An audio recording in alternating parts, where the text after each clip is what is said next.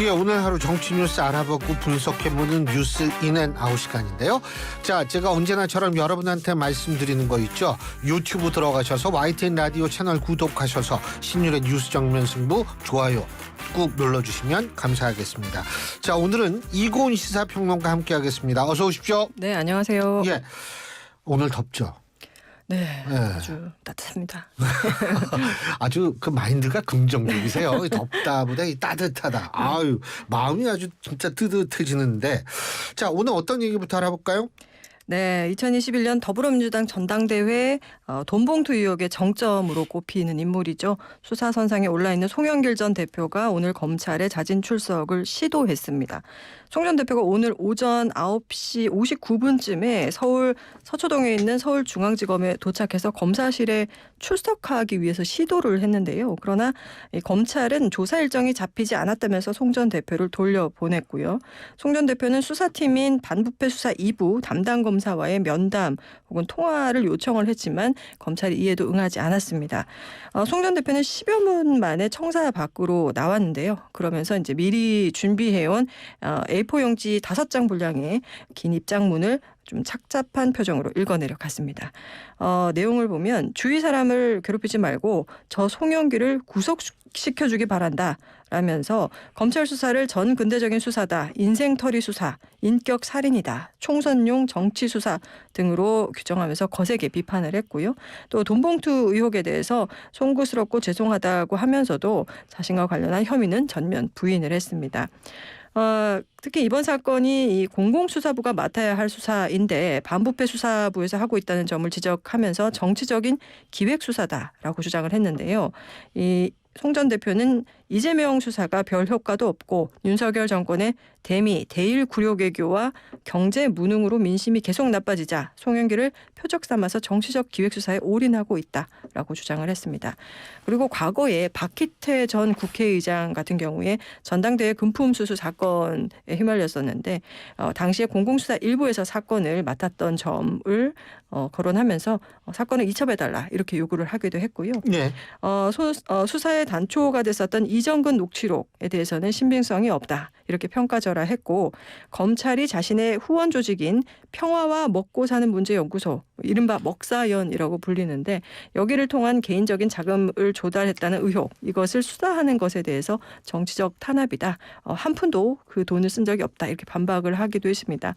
어제도 이야기가 나왔습니다만 검찰은 소환 요구를 하지 않았었고 또 검찰 측은 출석을 하더라도 조사할 수 없다 이런 입장이었기 때문에 오늘과 같은 상황이 벌어지는 것은 예견 가능한 일이었는데요. 그럼에도 불구하고 검찰에 자진 출두한 것은 결국 이제 정치적인 좀 계산도 있었다 이렇게 봐야 되겠죠. 그렇죠. 예. 어제도 들으셨네 이렇게 얘기를 해보니까. 그렇죠. 예. 이 아주 그 사회생활의 예. 사회생활의 자세가 아주 올바르십니다. 그럼요. 예, 네.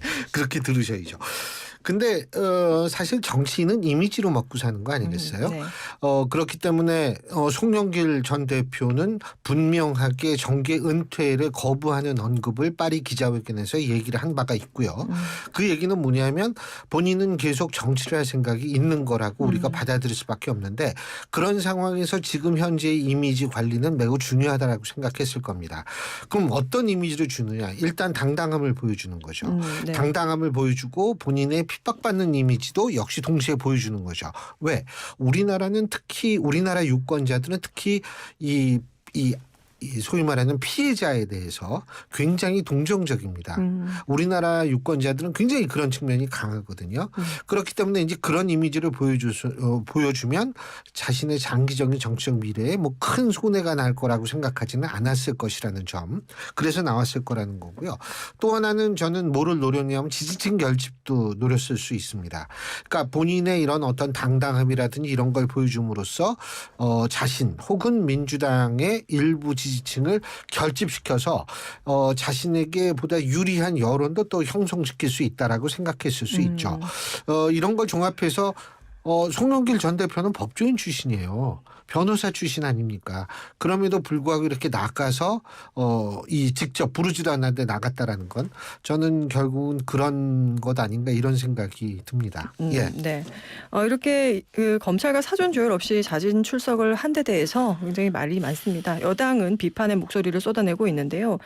국민의힘은 수사를 방해하고 여론을 호도하기 위한 정치쇼다, 꼼수다 이렇게 비판을 했고 특히 대장동 개발비리 의혹 관련한 수사 중인 이재명 대표를 거론하면서 특권 의식과 황제 출석이라는 거론까지도 하면서 함께 묶어서 비판을 했습니다. 윤재욱 원내대표는 어떤 범죄 피의자도 마음대로 수사 일정을 못 정하는데 이는 이 특권 의식의 발로다 이렇게 비판을 했고요. 박대출 정책위의장도 민주당 당대표 클래스가 되기 위한 제1조건이 법 위의 군림인지 묻지 않을 수 없다. 일반 국민은 감히 엄두조차 못 낼 수사특권이다 이렇게 말을 했습니다.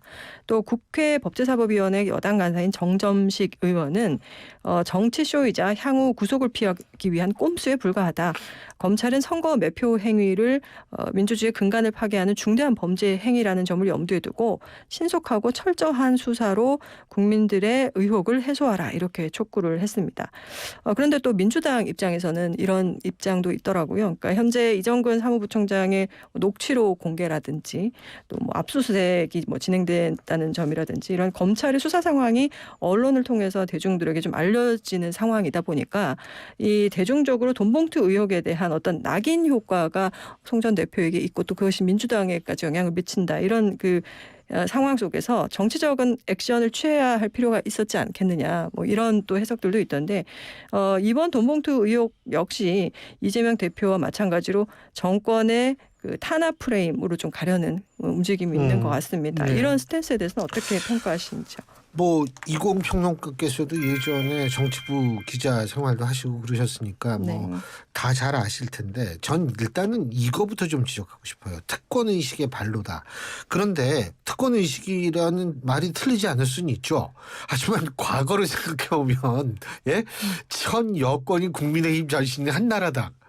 자유한국당 이때도 본인들이 부르지도 않았는데 나간 적이 있어요. 정치인들이. 그렇죠. 네.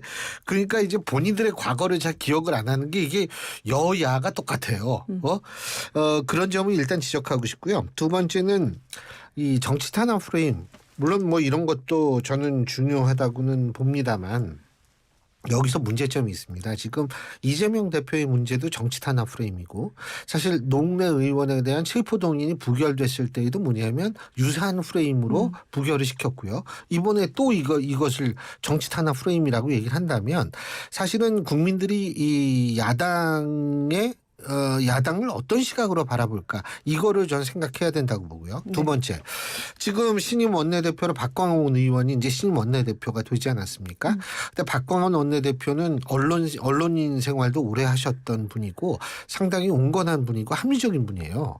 그렇다면은 박광원 원내대표 신임 원내대표의 입장에서 볼 때 이 설령 이제 송영길 전 대표 측에서 이걸 정치 탄압으로 좀 이렇게 몰고 가고 싶어한다 하더라도 민주당에서 그걸 호응해 줄 것인가는 저는 사실 좀 생각해 봐야 될 것 같습니다. 왜? 박광원 원내대표 입장에서 볼 때는 총선을 생각해야 되고 오늘도 박광원 원내대표가 그런 얘기를 했거든요. 이번 총선 확장성 싸움이다. 맞습니다. 그럼 확장성을 싸우기 위해서 이번에도 이 정치 탄압 프레임이 과연 사용하는 것이 합리적일 것인가. 이재명 대표 프레임도 있는데 정치 탄압 프레임이. 그러니까 그런 거를 고민할 것 같아요. 쉽지는 않을 겁니다. 네. 예. 이 사건이 처음에 불거졌을 때만 해도 이게 또 탄압 프레임으로 갈 거냐 아니면은 어떤 당내 어떤 자성의 계기로 삼아야 할 거냐 뭐 이런 이야기들이 맞아요. 있었는데 고민들을 했죠. 네. 이게 어느 방향으로 갈지는 좀 더 지켜봐야 될 것 같네요. 예. 다음 소식으로 넘어가도록 하겠습니다. 윤석열 대통령이 오늘 오전에 용산 대통령실에서 주재한 국무회의 모두 발언을 통해서 지난달 있었던 그 국빈 방미 결과에 대해서 발언을 했습니다. 특히 조 바이든 미국 대통령과의 정상회담에 대해서 이번 정상회담 결과와 성과는 하나의 시작일 뿐이다. 영역은 계속 확장될 것이고 양국 국민들의 기회는 더욱 커질 것이다라고 밝혔고요. 또 이 미국과의 이 동맹의 가치를 굉장히 강조를 했는데 70년 동안 동맹을 맺어왔다는 것은 남다른 의미다. 또 한미 동맹은 가치 동맹의 주춧돌 위에 안보, 산업, 과학기술, 문화, 정보라는 이 5개 분야의 그 동맹이라는 그 5개 기둥을 세웠다. 이렇게 표현을 하기도 하면서 이들 5개 분야의 협력이 확대되고 시너지를 발휘하면서 미래로 전진하는 행동하는 한미동맹이 구현될 것이다. 이렇게 굉장히 그 의미를 상당히 부여를 많이 하면서 설명을 긴 시간 했습니다. 특히 이번 국빈 방미의 최대 성과로 꼽히는 워싱턴 선언에 대해서 한미 안보동맹은 핵 기반의 새로운 패러다임으로 업그레이드 됐다. 미 핵자산의 운용에 관한 정보 공유, 공동 계획, 그리고 공동 실행 과정에서 워싱턴 선언을 잘 구체화해 나가는 것이 그 내용을 잘 채워나가는 것이 중요하다. 이렇게 말하기도 했습니다. 윤 대통령의 발언에서 보시다시피 이 방미 성과에 대해서 상당히 큰 의미를 부여했고 또 앞으로도 더 그 영역이 확장될 것이다. 이렇게 희망적으로 전망을 했는데요. 하지만 또 야당을 비롯해서 여당 내부에서도 뭐 유승민 전 의원 같은 경우는 이제 혹평을 하기도 하는데요.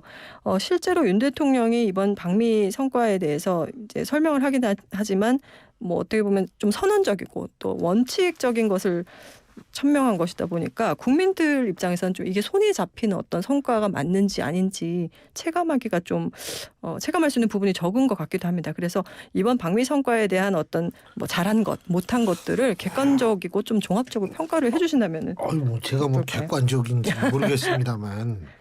근데 사실 전 이런 생각이 들거든요. 제가 어제도 잠깐 얘기를 했는데 북한이 굉장히 자극적으로 반응을 하고 있어요. 이거는 워싱턴 선언이 뭐 그냥 추상적인 선언이 아님을 북한을 통해서 증명되어지고 있다라는 생각이 들고요. 그래서 전 뭐라고 생각하냐면 미국이요. 제일 공유하기 꺼려했던 정보가 뭐냐? 핵 관련 정보였어요. 근데 그거를 우리랑 공유를 하겠다. 그리고 지금 일본에서 얘기 나오는 게 뭐냐? 한미일 핵 관련 공유 협정을 체결하자. 네. 그러니까 자기네도 끼겠다는 거거든요. 그 얘기는 뒤집어서 얘기한다면 우리가 미국하고 이 협정을 맺은 거 워싱턴 선언이라는 게 지금 야당이라든지 일부에서 얘기하는 뭐 그게 뭐냐? 이런 식으로 치부할 수는 없음을 전 증명하는 거라고 생각을 하고요. 또 하나는 뭐냐면 오하이오급 잠수함이 42년 만에 핵무장을 한 상태로 우리나라에 기항을 합니다. 근데 이 핵잠수함 같은 경우에 핵무기를 장착하고요. 이 핵무기 여기에 실린 핵무기는 제가 듣기로는 히로시마에 투하했던 핵무기의 1600배의 위력이라고 하거든요. 그러면 북한으로서는 엄청나게 이게 함부로 행동을 하기 힘들어질 수 있는 거죠. 그러니까 우리가 바랐던 전술 핵 배치가 됐으면 훨씬 뭐 더 좋았겠지만 그 이상 가는 효과를 이 잠수함 하나가 정기적으로 들어옴으로써 해결할 수가 있다라는 점. 그래서 저는 이런 거는 참 잘했다고 생각해요. 그런데 지금 이거는 사실이에요. 경제 관련해서 뭐 여러 가지 성과가 있었다라는 것이 대통령실의 입장이지만 하지만 이게 지금 업계에서는 뭐냐면 너무 추상적이다. 구체적인 어떤 게 없다라는 얘기는 분명히 나옵니다. 그거는 뭐 사실인데 우리가 그 워싱턴 선언과 같이 집중해가지고 어떤 선언을 구체적으로 빼놓고는 정상회담에서 논의되는 건 대부분 추상적인 방향성이지 구체적인 방안이 아니거든요. 네. 그렇기 때문에 이거는 좀 기다려봐야 된다는 거예요. 그러니까 그 이후에 후속 실무회담 같은 것들을 열어서 그 회담에서 어떤 얘기가 논의가 되고 어떻게 구체화되는지는 좀 더 지켜봐야지 지금 시점에서 뭐 갖고 왔어? 이렇게는 좀 아니라는 거죠. 예. 알겠습니다. 그리고 이제 한 가지만 더 말씀드리자면 우리는 뭐 152억 불인가 뭐 이걸 투자했는데 152조 원인가 투자했는데 우리가 받은 거 7조 원이다.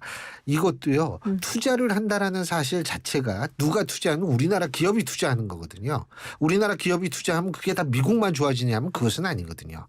그렇기 때문에 이제 그런 것들을 좀 종합적으로 나중에 판단을 할 수가 있다라고 보는 것이 자 한일 정상회담 끝나고 도대체 뭐 한 거야? 막 그랬지 않습니까? 화이트리스트에 우리 재지정하지 않았습니까? 시간에 따라 시간이 지나면 성과가 하나둘씩 드러날 수 있는 것이 정상회담입니다. 지켜봐야 됩니다. 네네.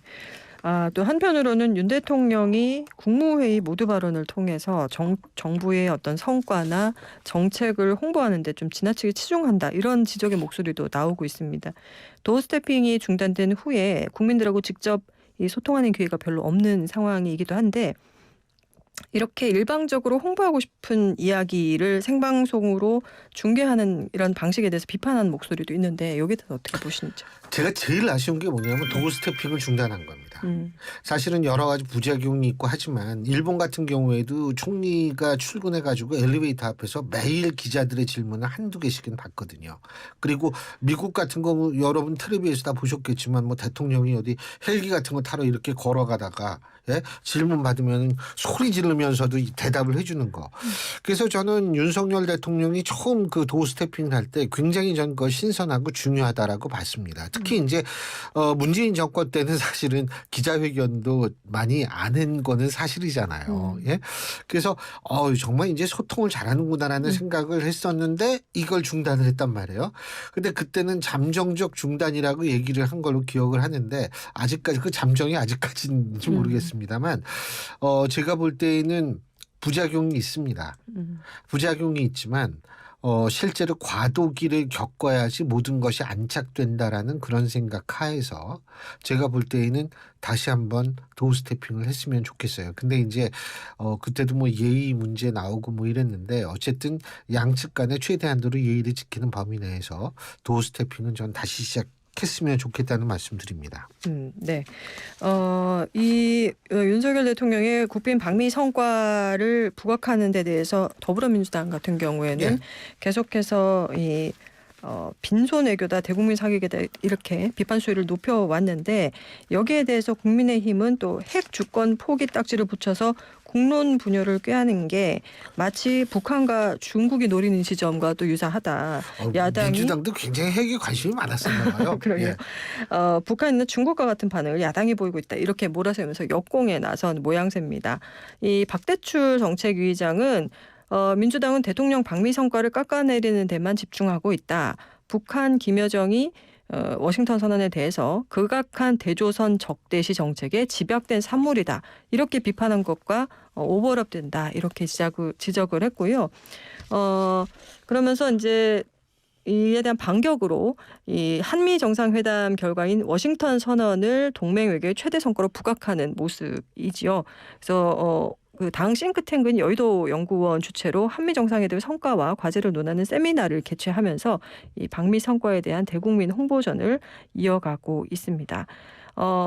여당에서는요. 근데 이 전임 문재인 정부의 한미 관계와 비교를 하면서 이번 정부의 성과를 계속해서 부각하려는 그런 모습이 강한데요. 이 하태경 의원도 MBC 라디오에 나와서 아시아 태평양 지역에서는 여태까지 일본이 미국과 가장 가까운 동맹이었지만 이것이 역전된 것이다. 이렇게 굉장히 의미를 부여하기도 했습니다. 그 전 정부의 한미 관계 이번 정부와 비교하자면 좀 어떤 점이 다르다라고 봐야 될까요? 저는 가장 큰 게 환경이 다르다는 거예요. 환경이 뭐가 다르냐 하면 문재인 정권 시절에는 실제로 중국과 미국과 러시아 사이에서 줄타기 외교를 할 수가 있었어요. 근데 지금은 그렇지가 않거든요. 특히 우크라이나전 발발한 이후에 그리고 중국이 대만 문제를 공공연하게 드러낸 그 생각을 드러낸 이후에는 이게 완전히 신냉전이고 신블록화 현상이거든요. 그런데 이것이 본인들이 정권 잡았을 때 생각을 하면서 자꾸 왜 안 그러냐고 얘기를 한다라는 것은 저는 그다지 설득력이 없다고 봅니다. 다시 말해서 지금은 환경에 의해서 선택되어질 수밖에 없는 상황이지 우리가 어떤 식으로 선택하는 것은 할 수 있는 상황은 아니다. 그럴 바에는 뭐냐면 선택되어질 수밖에 없는 상황이라면 우리가 더 적극적으로 그 선택을 받아들이면서 거기에 맞게 행동하는 것이 저는 합리적 선택이라고 생각한다는 거죠. 그런 의미에서 사실 야당의 주장이라는 거 그 본인들이 잡았을 때하고 지금하고 상황이 많이 틀린데 자꾸 옛날 얘기하는 건 좀 그렇습니다. 여당과 정부 여당의 입장에서는 이 바뀐 국제 정세와 환경에 대해서 좀 더 설득력 있게 많이 설명하는 게 필요하겠네요. 설명도 해야 되고요. 그리고 근데 이제 그 공식적으로 얘기가 힘들죠. 왜? 그래서 우리는 중국과 러시아 멀리할 수밖에 없다고 공식적으로 얘기하기 힘들잖아요. 근데 어쨌든 지금 상황은 그렇다는 거죠. 네. 알겠습니다. 다음 소식인데요. 이 앞서서 앵커께서도 말씀을 하셨지만 기시다 후미오 일본 총리가 오는 7일부터 8일까지 1박 2일 일정으로 한국을 방문을 합니다. 그래서 이제 윤 대통령과 한일 정상회담을 갖게 되는데요. 오늘 대통령실과 일본 외무성이 동시에 이 소식을 발표했습니다. 윤 대통령도 지난달에 16일, 17일 취임 후에 처음으로 방일을 했고 그때와 마찬가지로 실무 방문 형식이 되겠는데요. 정상회담도 이 방문하는 첫날 7일에 진행될 예정입니다. 윤 대통령과 기시다 총리는 이 지난 회담에서 합의한 양국 관계 개선의 중요성 이런 걸 재확인하고 또 대북 위협에 맞서서 한미일 3자 협력의 중요성을 공유할 것으로 보이는데요. 지난 3월에 도쿄에서 열린 정상회담에서 정상 간 셔틀 외교를 재개하는 데 합의를 했었지 않습니까? 그래서 양국은 정상이 정례적으로 상대국을 오가는 셔틀 외교가 12년 만에 복원된다는 점을 강조했습니다. 이 한일 정상이 정례적으로 상대국을 오가는 이 셔틀 외교 차원에서 일본 총리가 한국을 방문한 게 2011년 10월에 이 노다 요시히코 당시 총리의 방한이 마지막이었다고 하거든요. 이제 이번 이 방한 일정 그리고 정상회담을 가지는 상황에서 여러 가지 아직 해결되지 못한 여러 가지 문제들이 있습니다. 북핵 문제도 있고 또 일제강점기 강제징용 피해배상 문제 등 여러 가지 현안들이 있는데 이번 회담에서 어떤 의제가 오를 걸로 예상하시는지 또 가장 우선적인 의제는 무엇이어야 할? 그거는 사실은 어떤 시각을 가지냐에 따라 좀 다를 겁니다. 그런데 역사 문제 중요하죠. 일제강점기의 그 강제징용 피해 배상 문제 같은 경우도 중요하지만 중요한 것은 이런 역사 문제는 좀 장기적인 관점에서 우리가 좀 바라볼 수도 있는 의제라는 생각이 들고요. 화이트리스트 문제 같은 경우에는 이건 거의 해결이 됐어요. 네. 그리고 그러면 뭐가 남느냐? 당연히 북핵 문제죠. 그리고 사실은 북한이 어떤 식으로든 대형 도발할 가능성이 전 충분하다고 보기 때문에 바로 이런 부분에 대한 어떤 공동 대응이라든지 이런 게 논의될 거라고 생각을 합니다. 알겠습니다. 미국에 이어서 일본 정상과의 회담이 이렇게 이어지는 상황인데 윤석열 정부가 한미일 동맹을 더욱 굳혀가고자 하는 그런 상황입니다. 이런 외교적인 움직임이 장기적으로 이 국내 정치에 미칠 영향에 대해서는 어떻게 평가를 하시나요? 셔틀 외교가 국내 정치에 미치는 영향 말씀하시는 거죠? 네네. 제가 볼 때는 한동안 이것이 이제 끊겼다가 생기는 거 아니겠어요? 그러면은 굉장히 여러 가지 말들이 나올 가능성이 있습니다. 그런데 여러 가지 얘기가 나오더라도 전 국민적인 합의가 필요한 부분은 뭐냐면 우리의 이 외교의 프라이어티 이 우선순위 1순위가 무엇이 돼야 하는가에 대한 어떤 합의가 있어야 된다고 봅니다. 북한 핵 위협으로부터 방위를 하는 어떤 그런 우리의 생존에 관한 문제를 프라이어티 넘버 1으로 그 우선순위 1로 생각하느냐 아니면은 우리의 과거 역사를 다 정리를 하고 말 안 들으면 관계를 끊거나 이런 식으로 해가지고 우리의 역사적인 어떤 그런 거를 먼저 해야 된다라고 생각하는 것인지 이게 양립하기 어렵다면 어디에 더 우선순위 한쪽을 포기하자는 얘기는 아니지만 어느 쪽을 더 우선순위를 둬야 되는지에 대해서 아마 좀 처음에는 좀 그런 얘기들이 많이 나올 가능성이 있다고 봅니다. 그렇기 때문에 실제로 그런 어떤 이 논쟁 속에서 나름대로 전 차츰 방향을 잡고 이 안착을 할 거라고 생각을 합니다. 그리고 실제로 일본 관광객 우리나라 많이 오거든요. 우리나라 관광객도 일본 엄청 가잖아요. 네네. 그런 것들 보면은 제가 볼 때는 이 인적 교류라는 것도 무시할 수가 없거든요. 그러니까 제가 볼 때는 어떤 식으로든 사회적 합의는 이루어질 가능성이 있다. 이렇게 말씀드릴 수 있습니다. 자, 그러면 오늘 말씀 여기까지 듣겠습니다. 고맙습니다. 네, 감사합니다.